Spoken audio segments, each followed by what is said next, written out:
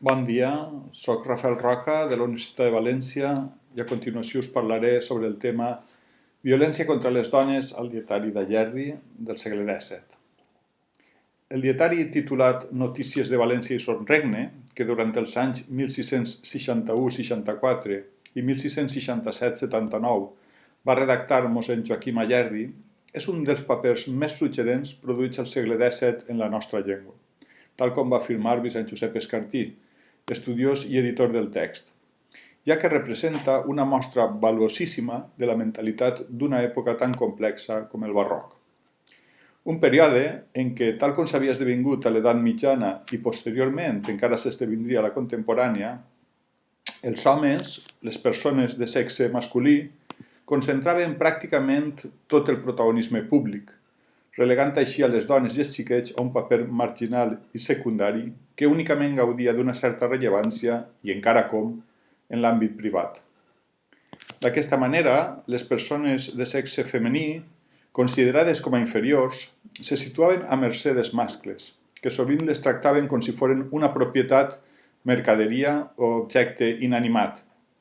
I és en aquest punt on observem que, tal com temps enrere vaig constatar en referència al dietari de Pere Joan Porcar, 4 dècades anterior, un dels mecanismes a través dels quals els homes habitualment controlaven i manifestaven la seva superioritat respecte a les dones està constituït per l'exercici de la violència, que presentava múltiples morfologies. En conseqüència, i com una de les principals característiques de la societat que va retratar, el dietari d'Algerdi explicita nombrosos casos de violència masclista que, en atenció a les seues naturalesa i característiques, he classificat i analitzat seguint l'esquema que temps enrere ja vaig aplicar al text de Porcar. En conseqüència, tan sols hi substituiré l'epígraf dedicat a la violència aparentment gratuïta, que no he detectat al dietari d'Algerdi, pel de violència exercida amb una finalitat sexual, que tanmateix no es constata al de Porcar. O millor dit, tan sols s'hi deixa intuir d'una manera molt difuminada. I no perquè a l'època en què escrigué Porcar no es produïren aquest tipus d'atemptats masclistes, sinó perquè, pels motius que siga, el text d'aquell dietarista no en fou sensible, no en fou permeable. És així com la 70ena de casos d'agressions contra les dones que he identificat al dietari d'Algerdi es poden catalogar, crec jo, en 6 grups diferents. El primer seria violència pública o comunitària, que és el més nombrós. El segon, violència sexual. Tercer, violència privada o domèstica. Quart, violència fortuïta o circumstancial. Cinquè, violència induïda o autoviolència. I finalment, i sisè, violència exercida per una dona. Per tant, com que de l'explicació o no de casos d'agressions sexuals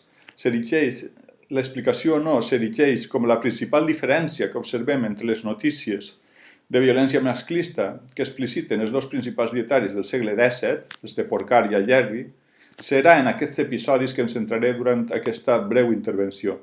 I deixaré la resta d'anàlisi i la resta d'atacs per a l'aportació escrita, que us convide a llegir el dia en què es publiqui. D'aquesta manera, i com una variant de l'exercici públic de la violència, el dietari d'Algerdi ofereix 9 notícies en què l'agressió cap a les dones s'exerceix amb una finalitat sexual que, en funció dels casos, pot ser més o menys explícita.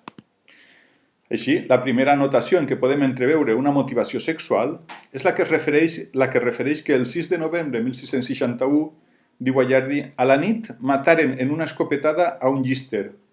i el mataren dins de sa casa i es digué que per sa muller, que era boniqueta i molt figureta. Amb la qual cosa, el dietarista sembla indicar que la intenció de l'assassí o assassins era deixar sense marit, és a dir, deixar desemparada la dona en qüestió, sens dubte ben agraciada físicament, i pot ser per tal d'aprofitar-se'n des d'un punt de vista sexual. D'una altra banda, el dietari també va donar notícia, d'una manera indirecta, de 2 accions de violència sexual. D'aquesta manera, per una part, Algerdi relatà que, amb data 16 d'octubre de 1662, la justícia va capturar, diu, a 5 homes bandolers dels de la comissió, que en el passat havien fet moltíssims jornals matant molta gent en València per diners, i també, diu Algerdi, deshonrant moltes doncelles i forçant moltes dones, és a dir, agredint sexualment dames de diverses edats i condicions. Per una altra part, també explicar que, any i mig després, l'1 de març de 1664, diu «Penjaren Tomàs Sabater, de Càlig, per bandoler, assassino, lladre, deshonrador de doncelles, de dones casades i viudes», que és una manera de dir que acumulava múltiples violacions a les seues espales. Encara que no s'hi explicite, en els següents dos casos, que narren atacs de pirates musulmans a la costa valenciana, no resulta difícil entreveure que les dones en qüestió varen ser raptades amb una motivació sexual. Així, el primer episodi remet al 26 de juny de 1662, quan a la Vila Joiosa, diu Ayardi, eixint la nit de Sant Joan, algunes persones de dita vila, a la vora de la mar a una era, a prendre el ros, estan jugant i divertint-se, els sobresaltaren de repent uns moros que abordaren a terra en una fragata i els captivaren, i eren entre homes i dones 15 o 16. De la mateixa manera, el dietarista referí que el 4 d'abril de 1663 es produí un nou atac en la platja d'Alacant, apartat de la ciutat, diu. Les notícies que varen arribar fins a València asseguraven que havien desembarcat 50 moros, guiats d'ella per un renegat de la terra, i havien entrat mitja llegua a dins la terra, a unes alqueries, i havien cativat a tota la gent, així homes com dones i criatures. Siga com siga, més clara sembla la motivació sexual en el nou segrest que tingué lloc 10 mesos després, el 4 de febrer de 1664, quan, diu Ayardi, entraren uns homes en la casa de l'aguacil Badenes, al cait de la casa de la galera de les dones, és a dir, de la presó, que és a les torres del portal de Quart, i llevant-li les claus, pujaren i s'emportaren 4 dones de les que la justícia tenia allí retirades. No resulta difícil d'imaginar amb quina intenció. Amb tot, el cas de violència sexual més explícit i brutal que relatà Ayardi fou la violació múltiple que s'esdevingué el 3 de maig de 1662, dia en què, diu Ayardi, venint una doncelleta molt polida i honrada de Paiporta, en dit camí d'un forment isqueren 4 homes, segons se digué bandolers, i la entraren en lo forment i allí la forçaren i passaren per ella tots los 4. El dietarista encara constatà, diu, que la tingueren tot lo dia i a la nit la deixaren anar,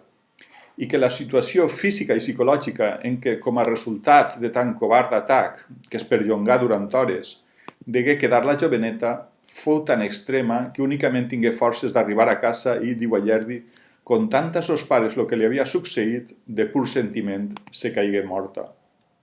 Sens dubte, aquella macabra agressió, que desembocà en homicidi, degué repugnar el poble, i per això Ayardi assegurà que el delicte que s'havia comès sobre la doncella atordí i escandalitzà a tota València, per a rematar indignat afirmant, però també quedà sense càstig, com totes les demés coses que es fan, ni la justícia feu diligència alguna. Així mateix, el dietari també va recollir la violació i assassinat que s'esdevingué un parell de mesos després i que, novament, resultà execrable, per tal com tingué per víctima una xiqueta de tan sols 5 anys d'edat. D'aquesta manera, Ayardi relatà que el 30 de juliol de 1662 diu vingué nova de com en Dénia un home prengué una xiqueta de 5 anys i la tragué fora i la deshonrà. I com era tan xiqueta, quedà tan maltractada que quasi es moria. I ell, ben-se embarassat, l'acabà de matar i la soterrà, i encara que no s'averigua del tot, el llançaren a galeres, assegurà el dietarista. El darrer cas de violència sexual que recull el text siscentista que estem analitzant és complex i semblantment diferent als referits amb anterioritat, ja que es va produir dins de l'àmbit matrimonial. De fet, ens situa en el terreny del pseudomasoquisme, podríem dir, ja que tot sembla indicar que la dona ni maltractava el marit ni desitjava ser maltractada per ell. Així, Ayardi va narrar que, amb data de 4 de juliol de 1662, diu, un pobre manco que acaptava cada dia a la porta de Santa Tecla, per quan totes les vegades que volia tenir acte carnal amb sa muller, la porrejava molt abans, perquè dia que si no la porrejava no trobava gust en lo acte. Diu, i la va porrejar tant aquell dia per a dit efecte que hagué de passar la gent del veïnat a llevar-la ahir. Veiem, doncs, que es tracta d'un cas de maltractament físic amb finalitat sexual morbosa i sostingut en el temps. I tan extrem en aquesta ocasió concreta que és molt probable que si no hi haguera intervingut el veïnat, el manco en qüestió hauria acabat matant la muller d'una pallissa,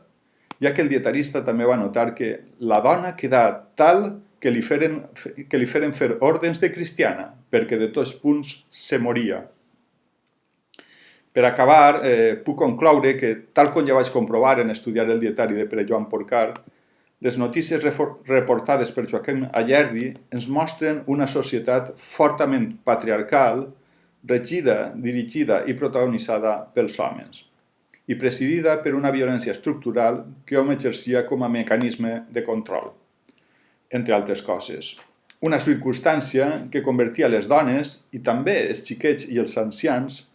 en persones vulnerables i desprotegides, en l'objecte predilecte de la violència masclista, tant fa si amb finalitat sexual o no. D'una altra banda, resulta evident que l'obra d'Ayerdi, com la de Porcar també, tan sols deu recollir una mínima part dels episodis de violència contra les dones que varen tindre lloc a la ciutat de València durant el darrer terç del segle XVII, i que, per tant, en degueren ser molts més els que es produïren no sols al Cap i Casal, sinó a la totalitat de municipis i comarques valencianes. A més, també hauríem de preguntar-nos fins a quin punt, i com a fruit de la situació de gran vulnerabilitat en què vivien les dones, moltes de les acusacions d'infidelitat, robatori, alcaboteria, fetilleria, etc., que pesaven sobre elles no devien ser falses, és a dir, no varen ser formulats com a venjança o misogínia. Finalment, cal també subratllar que sense el treball de conscienciació i d'educació que en les darreres dècades han desenvolupat múltiples entitats i institucions, és molt probable que tots nosaltres continuarem veient la majoria d'aquestes agressions com a episodis quotidians i gens excepcionals, tal com devien percebre'ls els nostres avantpassats. Per sort, però, hem sigut educats en uns paràmetres de respecte diferents als de l'època, i és així que actualment aquests casos ens provoquen indignació i ràbia. Ens provoquen un enuig que ens ha de servir per a continuar avançant en matèria de drets humans i igualtat de gèneres, camp en el qual, com bé sap el lector, l'oient en aquest cas encara queda molt de treball a fer, molt de camí a recórrer. Moltes gràcies.